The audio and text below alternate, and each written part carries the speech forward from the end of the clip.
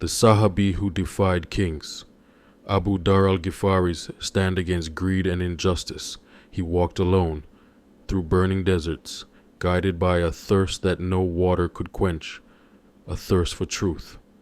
His name was Abu Dhar Al-Ghifari, the man the Prophet called the most truthful tongue beneath the sky. His story is one of courage, faith and defiance, a voice that refused to be silenced by wealth or power. Before Islam, Abu Dhar, known as Jundub ibn Junada, was already different. While his tribe, Ghifar, was notorious for robbery and theft, Abu Dhar turned away from idols and worshipped only one creator. When news spread of a man in Makkah claiming to be a prophet, calling people to abandon idols and worship Allah alone, Abu Dhar set out, walking through the desert, determined to meet him. He crossed the burning sands, not for wealth or fame, but for certainty. In Makkah, he moved cautiously. The Quraysh were ruthless against anyone seeking Muhammad sallallahu alaihi wasallam. But one morning he finally found him. "O my Arab brother," he said, "recite to me what you are saying." The Prophet replied, "It is not poetry, it is the Quran." Abu Dhar listened, and within moments tears filled his eyes. He declared, "I bear witness that there is no God but Allah, and that you are His messenger."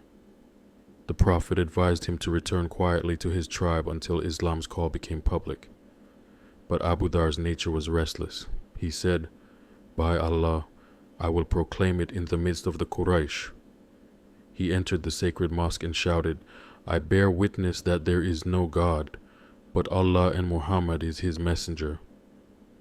They beat him to the ground until he nearly died, yet he rose and repeated it again. That day, Abu Dhar became the first man to publicly announce Islam in Makkah after the Prophet sallallahu alaihi wasallam. Obeying the Prophet's instruction, he returned to his tribe, but not in silence. One by one, Banu Ghifar and their allies Banu Aslam accepted Islam. Years later, when they marched into Medina as Muslims, the Prophet smiled and said, "May Allah forgive Ghifar and grant peace to Aslam." Abu Dhar lived through the caliphates of Abu Bakr, Umar, and Uthman, R.A. He watched as Islam expanded, wealth poured in, and palaces rose from the sands, and he feared that the simplicity of the Prophet's message was fading beneath luxury and greed.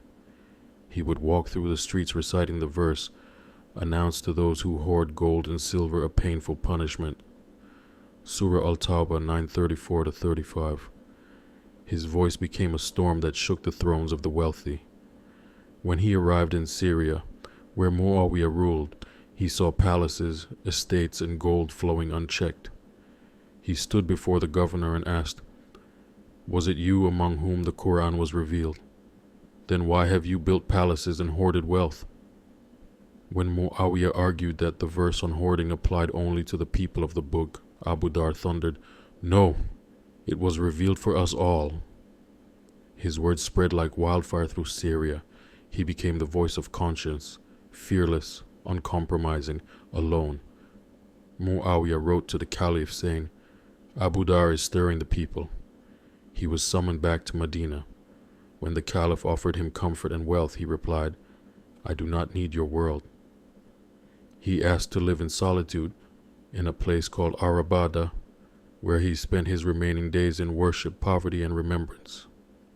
As he lay dying, his wife wept, "I have no shroud to cover you." He smiled and said, "The Prophet once said, one of you will die alone in the desert and a group of believers will witness him. I will be that man." Not long after, a caravan led by Ibn Mas'ud, R.A., appeared, fulfilling the Prophet's prophecy. They buried him there under the open sky he had always loved. Abu Dhar Al-Ghifari, R.A., was not against wealth, he was against injustice. He reminded Muslims that power is a trust, not a privilege, that wealth is a responsibility, not a right. His story echoes today, in every age where truth is silenced by comfort and where the voice of justice walks alone. The Prophet ﷺ said of him, "Allah will have mercy upon Abu Dhar. He walks alone, dies alone, and will be raised alone." But in that loneliness he carried the weight of truth, and that made him never truly alone. Allahu yarhamu Abu Dhar, yamshi wahdahu wa yamutu wahdahu wa yub'athu wahdahu.